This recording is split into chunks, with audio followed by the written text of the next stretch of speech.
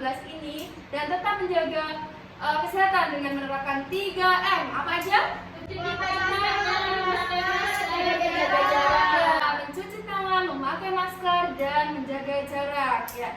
Sebelum memulai pembelajaran pada pagi hari ini, sebaiknya kita berdoa menurut agama dan keyakinan kita masing-masing agar ilmu yang kita dapat berguna baik sekarang maupun di masa depan. Kepada Mbak Emilia Alia selaku ketua kelas silahkan untuk memimpin berdoa. Baik Bu, sebelum memulai belajar hari ini, marilah kita berdoa terlebih dahulu.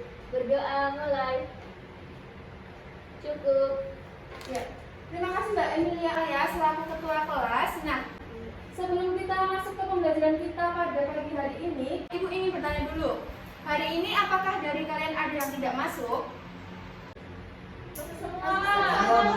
Masuk semua ya. Semoga kita selalu dapat masuk setiap hari ya, tanpa ada halangan. Nah, udah pada sarapan hari ini? Ya, Bu. Nah, tidak afdol kalau ibu itu setiap pembelajaran tidak memulai dengan pantun.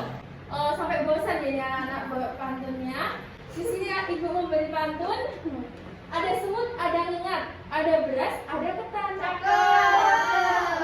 Ayo anak-anak kita semangat, kita belajar redistribusi pendapatan. Dari pantun ini kita udah tahu hari ini kita bakal belajar apa nih? Redistribusi pendapatan. Ya, tepat banget. Tapi kayaknya ini masih belum semangat sih. Yuk kita berdiri, Bu SDG. Ya, berdiri. Jadi kalau ibu menyebutkan bagian tubuh kita, kalian menunjuk yang bukan yang ibu sebutkan. Ibu menyebutkan hidung, jangan menyentuh hidung. Ibu menyentuh telinga, jangan menyentuh telinga dan sebagainya. Paham? Jadi kalian boleh menyentuh apapun kecuali yang ibu sebutkan. Mulai? Yuk, kita mulai. Telinga. Ya, Mbak Putri salah ya. Saya Belum fokus. Ya, lanjut. Hidung. Ya, tangan. Ya. Mata. Ya. Ya. Alis. Ya. Pundak. Iya, ada bagus semua ya ini. Nanti udah mulai semangat nih buat belajar. Nah, tanpa lama-lama lagi silahkan duduk anak-anak. Ya, terima kasih. Dari pantun ini kita bakal belajar redistribusi pendapatan. Anak-anak masih bertanya nih, redistribusi pendapatan itu apa? Ada yang tahu sebelum memulai pembelajaran? Ada yang mau kira-kira? Kalian redistribusi itu apa?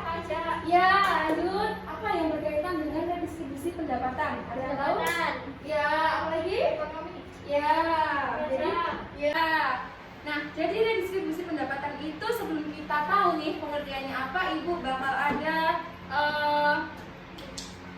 pengantar dulu. Di sini sudah ada peta apa anak-anak? Persebaran penduduk. Ya, peta Indonesia, lebih tepatnya peta persebaran penduduk. Nah, dari peta persebaran penduduk ini anak-anak tahu nggak kepadatan penduduk paling tinggi itu di mana? Jakarta. Ya, tepat sekali Mas Aksa, ada di Jakarta karena di situ zona merah atau bisa disebut lebih dari 1299 kepadatan penduduknya. Terus dari situ kita bisa lihat juga mana kepadatan penduduk yang kecil. Gimana? Papua Barat. Ya, Papua. Di sini anak-anak tahu nggak sih bahwa persebaran penduduk itu berpengaruh kepada pendapatan per kapita di Indonesia? Iya Bu. Nah, bisa dilihat kalau kepadatannya tinggi, kira-kira pendapatannya gimana? Tinggi. Nah, jadi kalau semakin tinggi juga. Tapi di sini berbanding terbalik dengan pertumbuhan penduduk. Kalau pertumbuhan penduduk semakin tinggi, itu nanti pendapatan per kapitanya malah semakin rendah. Karena di situ dibagi masyarakatnya. Jadi kalau pembilangnya lebih kecil, tapi penyebutnya di bawah lebih banyak, jadi kan nanti hasilnya lebih kecil. Jadi seperti itu. Ada pengaruh antara persebaran dengan pendapatan per kapita. Nah, kemudian ada perbandingan pendapatan daerah. Kira-kira di DKI Jakarta dengan DKI Yogyakarta pendapatannya lebih banyak. DKI Jakarta. Nah, karena apa nih kira-kira?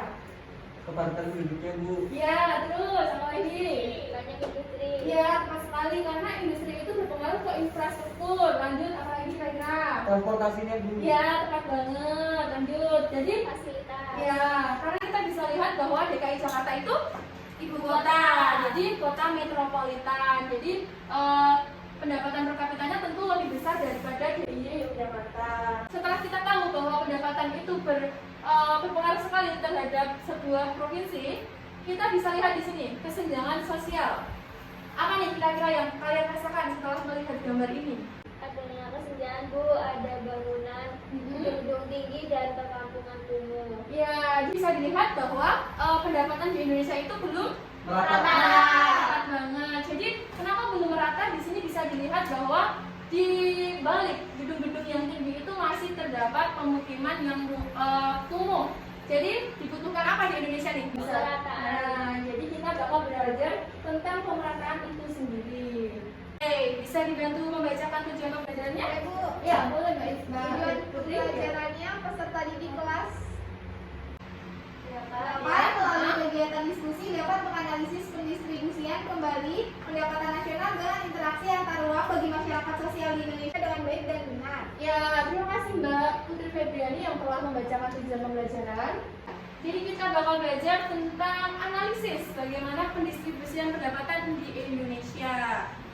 Nah, setelah Ibu menyampaikan pengantar tentang redistribusi baik penampilan peta maupun apa itu pendapatan per kapita, kita bisa tahu apa itu redistribusi pendapatan. Mbak Emilia boleh dibacakan?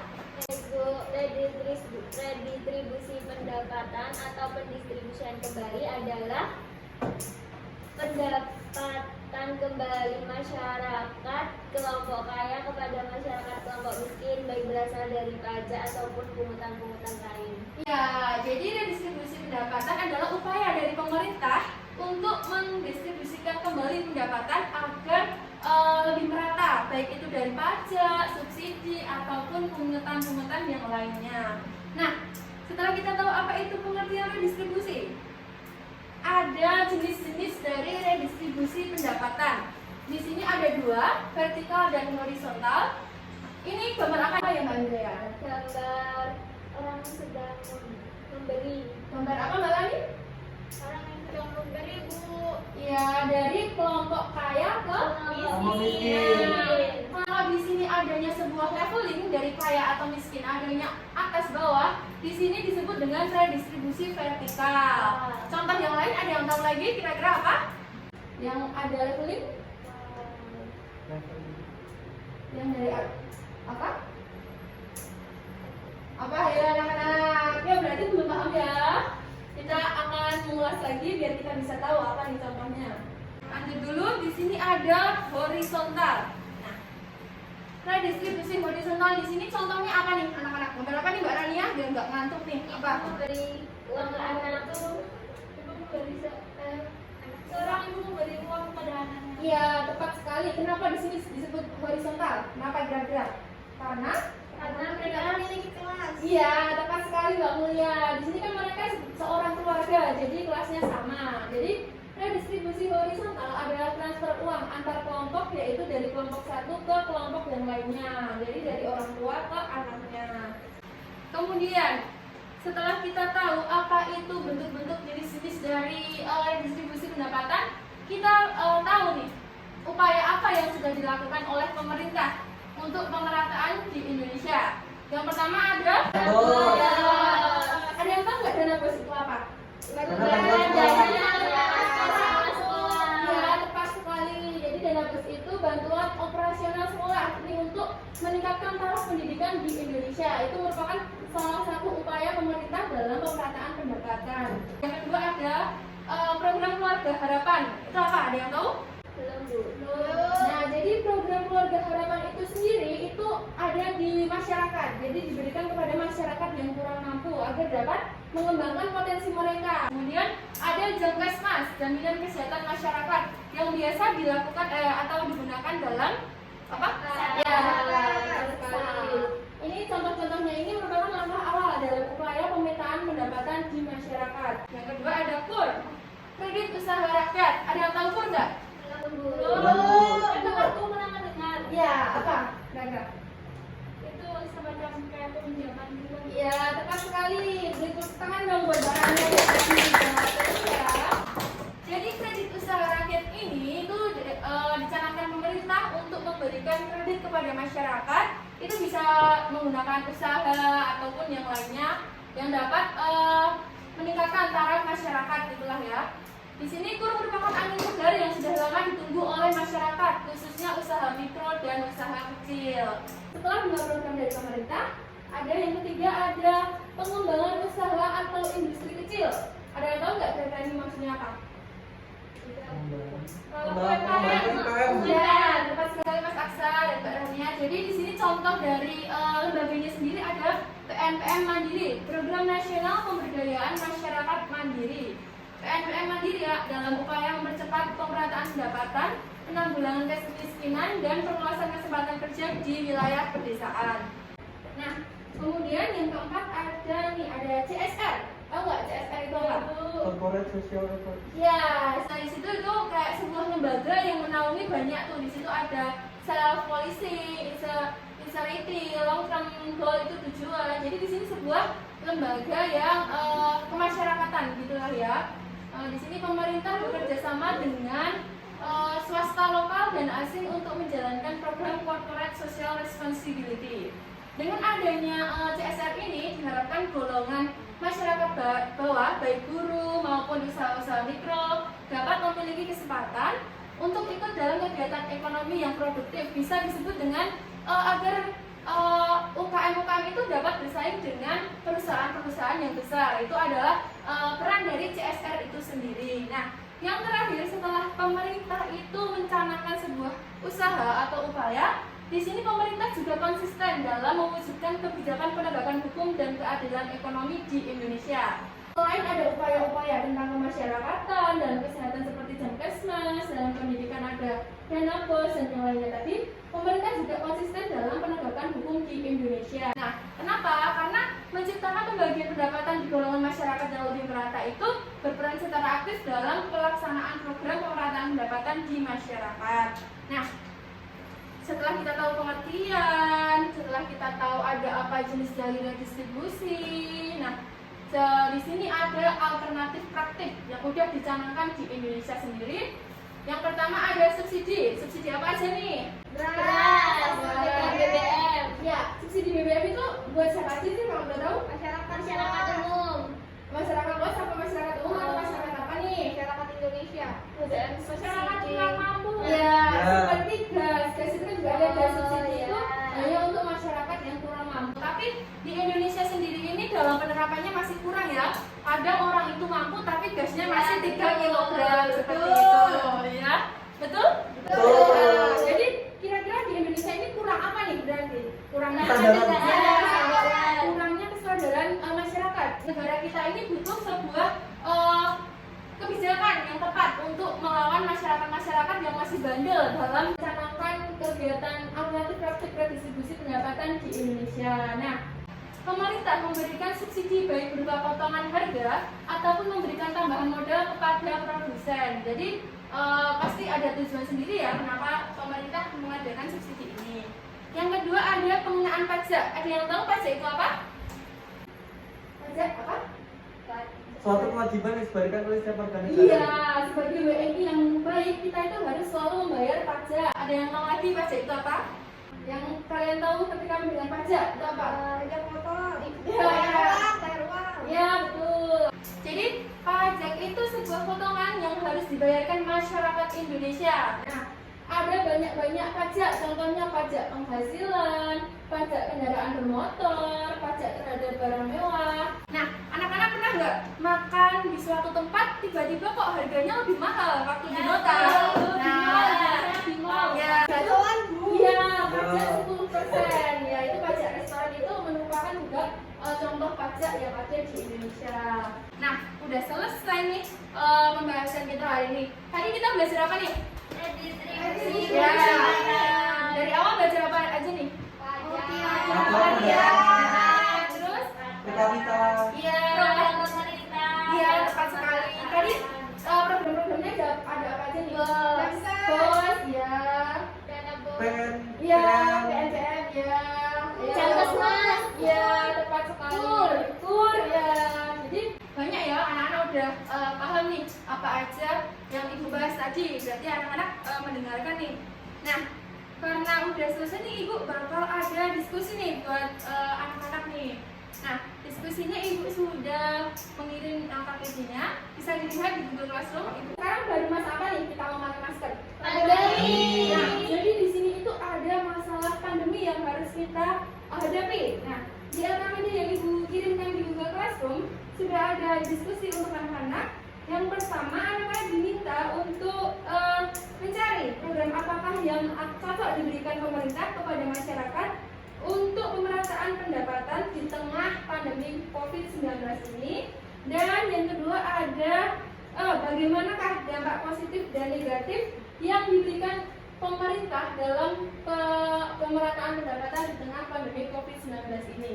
Karena kita sedang social distancing, alangkah baiknya kalau kelompok ini nggak perlu banyak-banyak ya. Cukup 3 orang aja dari setiap murid. Ada kelompok 1 Mbak Emilia Alia, Mbak Launia Asghari, dan Mbak Rania. Dan kelompok 2 ada Mas Aksa, Mbak Mulia, dan Mbak Putri Febriani. Ibu beri waktu 5 menit, cukup atau kurang nih? Ya, karena Ibu baik, Ibu kasih 10 menit deh. Itu buat membahas pemerintah yang Ibu berikan di LKPD di Google Classroom. 10 menit dari sekarang dipersilakan untuk mengerjakan. Sudah 10 menit, bagaimana anak-anak? Apakah lancar dalam mengerjakan diskusi? Lancar Bu. Ya. Nah, karena waktu sudah cukup minim dan Ibu ada rapat bersama Bapak Kepala Sekolah, Ibu meminta satu kelompok saja untuk mempresentasikan perwakilan saja karena kita sedang social distancing. Dari kelompok 1, siapa yang ingin mempresentasikannya? Ya, silakan Mbak Emilia Alia. Ibu. Iya, terima kasih.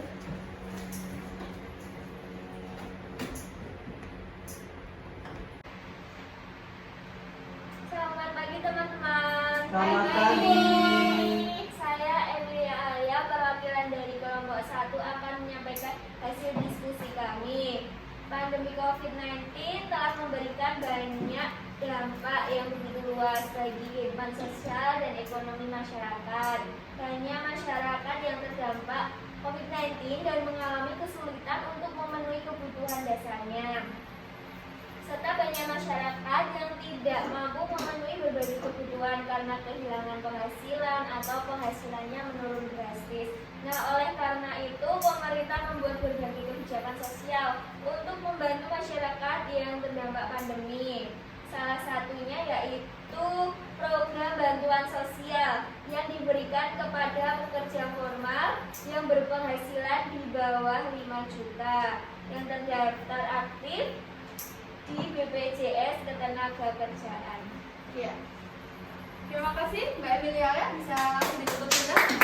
Sekian dari saya. Assalamualaikum warahmatullahi Waalaikumsalam warahmatullahi wabarakatuh. Ya, dari kelompok 1 ini sendiri setelah mengerjakan LKPD, dari kelompok 1 mengangkat sebuah bantuan sosial yang diberikan pemerintah dalam upaya pemerataan pendapatan di Indonesia di tengah pandemi COVID-19 ini, maaf. Jadi seperti yang Mbak Emilia paparkan bahwa pemerintah sudah memberikan bantuan sosial kepada masyarakat dengan melalui seperti BPJS Ketenagakerjaan dan yang lainnya. Nah, setelah diskusi, Ibu ada kuisis untuk mengetes pemahaman anak-anak.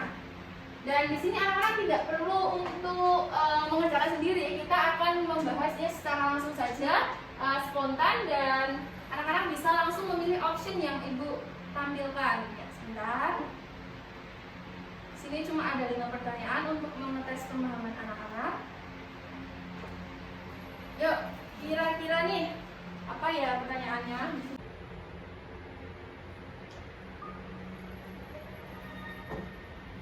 Yuk, pertanyaan yang pertama. Usaha yang dilakukan pemerintah agar pendapatan masyarakat terbagi rata di antara warga masyarakat disebut apa nih? Redistribusi pendapatan. Apakah betul jawabannya? Kita cek dulu.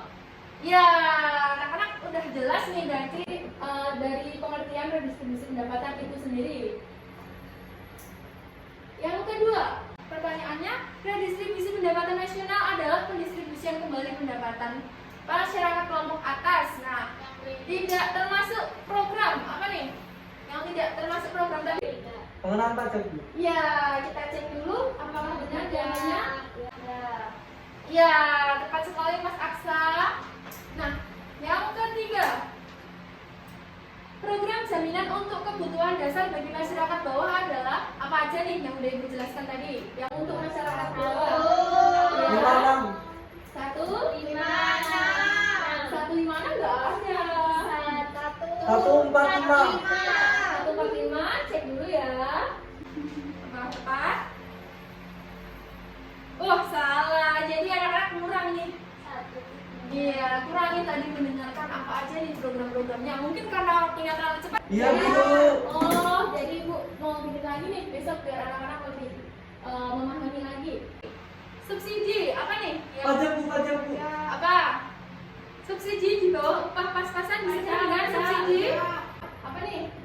Upah. Apa? Upah? Rakyat sendiri. Upah. Oh ya. Ya, tepat ya Mbak Emilia ya. Karena di situ subsidi untuk upah di bawah, jadi disebut subsidi upah. Yang terakhir nih untuk mengetes pemahaman anak-anak. Dari daftar kegiatan di atas yang merupakan redistribusi, apa nih yang udah dicanangkan oleh pemerintah? Apa nih? Nggak boleh salah lagi, ini sama loh kayak yang tadi. Apa? 1, apa 2? 1. Ya. 1, 2, 3. Ya, kita cek dulu. Ayo, Bu, Aduh, Bu. ya. Ya, tepat. Nih ada pengulangan lagi. Masih Yeay. ingat gak tadi? 1, 35. 135. Ya. 135 Pak Benar. Iya. Anak-anak itu udah pintar banget sih ini dalam mengerjakan soal tentang redistribusi pendapatan di Indonesia. Oke, kembali ke laptop, kita akan membahas lagi PPT kita. Sebelum masuk kesimpulan, Ibu ada tugas untuk anak-anak di rumah karena pembelajaran kita hari ini cukup simpel dan cukup cepat. Ibu ada tugas untuk anak-anak, bisa dilihat di Google Classroom. Ibu tampilkan dulu LKPD yang sudah Ibu tautkan di Google Classroom. Nah, anak-anak diminta untuk membuat mind mapping mengenai materi yang telah kalian pelajari hari ini. Materinya tentang pajak. Tadi kita udah membahas sedikit tentang pajak. Nah, untuk anak-anak lebih mengerti lagi apa itu pajak, anak-anak diminta untuk membuat mind mapping. Nah, ini bisa dilihat ketentuan dari mind mapping itu sendiri. Jangan lupa untuk pengumpulan tugasnya juga ya. Jadi anak-anak bisa mengerjakan ini sebelum minggu depan dan jangan lupa untuk disubmit di Google Classroom. Ibu bahas minggu depan. Paham anak-anak? Bye. Setelah kita ada ice breaking, ada pemaparan materi, baik itu pengertian, jenis-jenis, program apa saja, lalu ada upaya. Nah, di akhir kita akan menyampaikan kesimpulan. Kira-kira ada yang mau menyampaikan kesimpulan nggak? Hari ini kita belajar apa? Ya, silakan Mas Aksa. Pendapatan di Indonesia belum merata, Bu. Iya, tepat sekali. Maka dari itu dibutuhkan redistribusi Pendapatan. ya. Ada lagi? Mbak Emilia, Mbak Rani? Ya, Mbak Rania, silakan. Banyak sekali program redistribusi pendapatan. Iya, silakan yang lagi Mbak Ulia, Mbak Putri? Belum? Oke. Jadi secara umum kesimpulan pada pagi hari ini pembelajaran kita, redistribusi adalah pendistribusian kembali pendapatan masyarakat kelompok kaya kepada masyarakat kelompok miskin, baik berasal dari pajak ataupun pungutan-pungutan yang lainnya. Kemudian redistribusi pendapatan dapat berbentuk vertikal dan horizontal. Vertikal tadi apa nih? Saya sih Ya, Yang di kelas ya, yang horizontal sekarang. ya dari kelompok ke kelompok lainnya. Yang ketiga, hasil pengembangan dari berbagai sektor dan aktivitas perdagangan didistribusikan kembali kepada masyarakat secara adil dalam rangka mewujudkan pemerataan pendistribusian pendapatan. Pemerintah telah melakukan beberapa usaha antara lain pemberian subsidi dan pengenaan pajak. Oke, udah selesai nih pembelajaran dari Ibu hari ini yang dimulai dari awal sampai akhir di kesimpulan. Nah, kira-kira dari anak-anak ada yang ingin ditanyakan? Belum, Bu. Belum, Bu. Belum, sudah cukup jelas nih ya berarti? Sudah. Ya, sudah cukup jelas ya setelah Ibu sampai. Nah, jangan lupa untuk mempelajari modul redistribusi yang sudah Ibu kirimkan di Google Classroom. Ayo, yang nggak mempelajari besok Ibu tanya jawab. Anak-anak harus bisa menjawab pertanyaan yang Ibu sebutkan tentang hari ini. Nah, selain itu jangan lupa juga untuk mengerjakan tugas individu tentang pembuatan mind mapping yang sudah Ibu tautkan LKPD-nya di Google Classroom. Nah, selain itu untuk 2 minggu ke depan Ibu masih akan membahas pendistribusian kembali ini karena nanti kita akan membahas perhitungan pajak juga. Jadi kita belum beralih ke materi yang selanjutnya. Nah, sekian dari Ibu. Tadi kita memulai pembelajaran dengan berdoa. Alangkah lebih baiknya kita menutup dengan berdoa. Kepada Mbak Emilia selaku ketua kelas dipersilahkan untuk memimpin berdoa lagi. Baik teman-teman, untuk mengakhiri pembelajaran, marilah kita berdoa terlebih dahulu. Berdoa mulai. Amin. Amin. Ya, terima kasih Mbak Emilia telah memimpin doa. Dengan adanya berdoa pada pagi hari ini menandakan bahwa pembelajaran Ibu telah selesai. Jangan lupa untuk menjaga kesehatan seperti 3M, memakai masker, mencuci tangan, dan menjaga jarak. Tetap semangat dan selalu belajar agar menjadi siswa yang berprestasi. Sekian dari Ibu. Wassalamualaikum warahmatullahi wabarakatuh. Semangat. Terima kasih, Bu. Terima kasih, Bu.